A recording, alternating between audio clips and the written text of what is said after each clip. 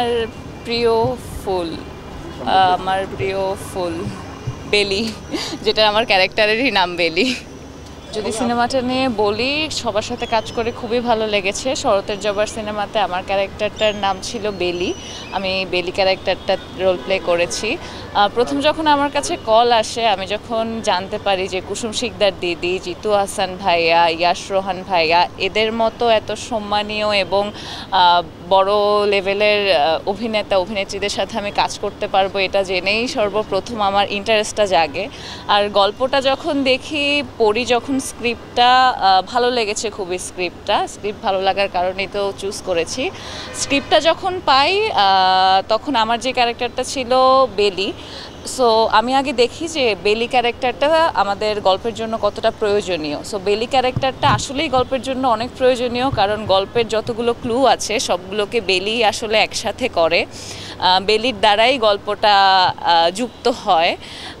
তো আশা করি সবাই সিনেমাটা দেখবেন এবং সবার খুব ভালো লাগবে। আর এদের সাথে কাজ করা, কুসুম শিকদার আপুর লাল টিপ আর হচ্ছে শঙ্খনীল সিনেমাটা দেখার পর থেকে আমি ওনার এমনিই অনেক বড় ফ্যান ছিলাম ছোটোবেলা থেকে। সো ওনার সাথে কাজ করতে পারবো, ওনার ডিরেকশনে কাজ করতে পারবো, ওনার গল্প, সো সব কিছু মিলিয়ে ওনার সাথে কাজ করতে পারাটা আমার জন্য অনেক অনেক অনেক ভাগ্যের একটা ব্যাপার।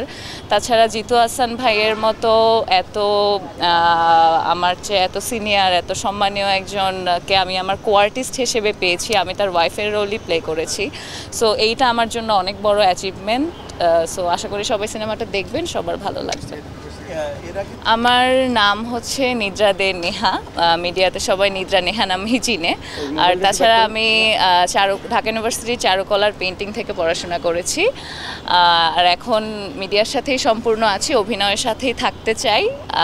এটাই তো। পুজোতেই আশা করি শরতের জবাটা আসবে।